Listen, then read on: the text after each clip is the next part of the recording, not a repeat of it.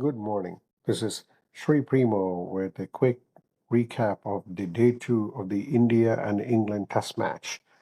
India continued to pile on runs in the early going with both Jadeja and Shubman Gill. Shubman Gill already had his 100. Jadeja was at 40s.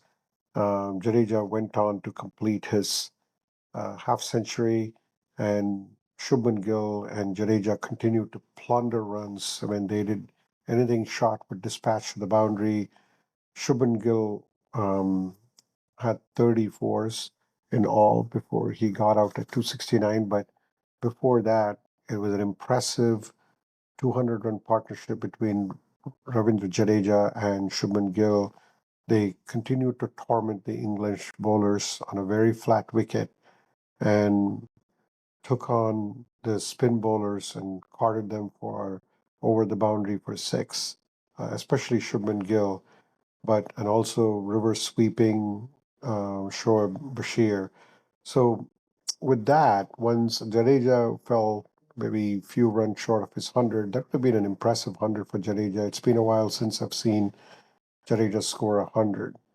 In comes Washington Sundar, and Washington Sundar started very, I would say, tentatively. Didn't score many runs in the early going, but then once he settled, he was impressive with his scoring as well. Continued to give perfect foil for Shubman Gill. They had a huge 144-run partnership for the seventh wicket, and of which um, Washington Sundar scored 42 runs.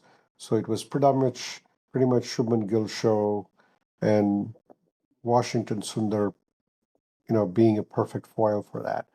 And then once Washington Sundar got out, the Shubman Gill continued to go after the English bowlers.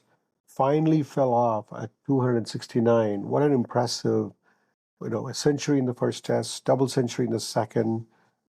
He's already risen up to the top of captains scoring multiple hundreds in Sena countries. So excellent performance by Shubman Gill, but unfortunately, the rest of the Indian tail folded very quickly.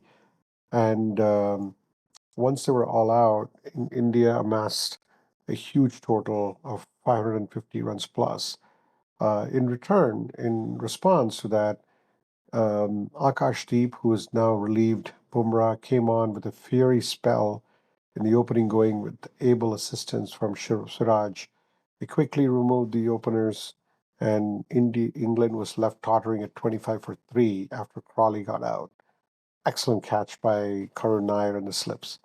But once after that, it was the Harry Brook and Joe Root who carried England to some sense of um, respectability with 77 for 3. So they were able to get to a 52-run partnership before the end of day's play. So Akashdeep and Siraj, when they come in the morning, the ball is going to swing, and hopefully, if they can get some early wickets, that'll put a lot of pressure on England. But at this point of time, still advantage India, but on a flat wicket, once the once I see the batsman get settled, I see both Root and Harry Brook will come up with a huge score. So it's imperative for Indian bowlers to strike early first thing tomorrow morning. So that's where we are with the second day of the England and India. It was excellent in the sense that there were more than 350 runs scored between both the teams, and great playing by India with the 4 runs clip, and England too. They've been playing quick fire runs after an initial, uh, you know, setback, 25 for 3. But Root and Harry Brook definitely took on the bowlers, hit some great shots, including six and fours towards the end. Even in the last over, they were able to get some runs, but the ball right now doesn't seem to be doing much, but the new ball definitely, both the bowlers were able to exploit, both Siraj. But Krishna has to come up with something big tomorrow. Those are the three bowlers India has.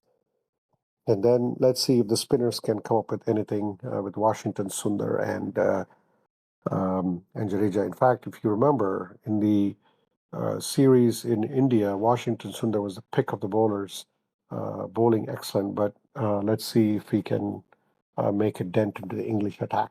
So with that, we wrap up day 2 and looking forward to an amazing day 3. Thanks again for listening. Have a good rest of the day.